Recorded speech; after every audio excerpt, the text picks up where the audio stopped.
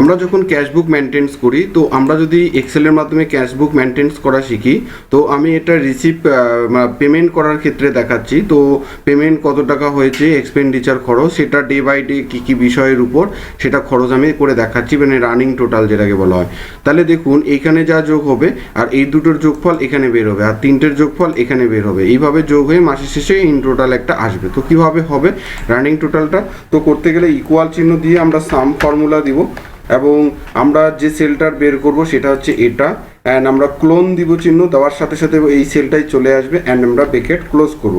আর আমরা যে প্রথম যে সেলটা রয়েছে F5, এই সেলটাকে আমাদের কি করতে হবে, লক করতে হবে। লক করতে গেলে কিবোর্ডের সাহায্যে F4 বাটন প্রেস করতে হবে। তাহলে দেখুন এইরকম করলে তাহলে যে লক হয়ে গেল ডলারের সিম্বল দিয়ে, 5 আর F এর ক্ষেত্রে ডলার দিয়ে লক হয়ে গেল, এবং এটা তাহলে এন্টার দিব।